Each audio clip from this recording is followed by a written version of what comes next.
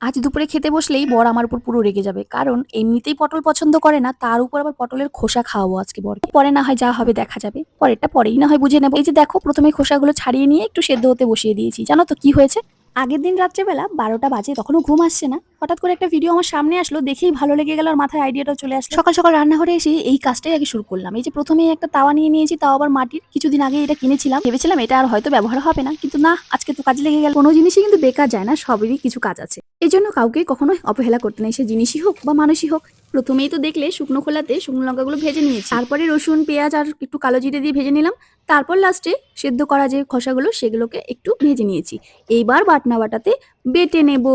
আমি ভিডিওটা না দেখলে আমি নিজেও হয়তো জানতাম না যে পটলের খোসাও আবার খাওয়া যায়। বিয়ের আগে আমার বড় পিসি একবার খাইয়েছিল কাঁচা কলার খোসা আর কালো জিরে, মানে ওই আর কি রসুন টসুন দিয়েই বানিয়েছিল। দারুণ হয়েছিল।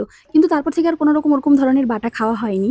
আর বিয়ের পর প্রথমবার শ্বশুরবাড়িতে এসে খেয়েছিলাম লাউয়ের খোসা ভাজা করে।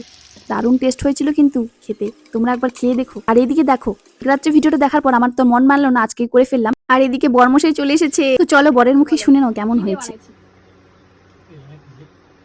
টেস্ট কেমন? বরের থালা দেখেই বুঝতে পারছো, কিছুটা ভাত তো খেয়েই ফেলেছে বাটা দিয়ে। আর এদিকে দেখো আমিও খেতে চলেছি, দারুণ হয়েছে।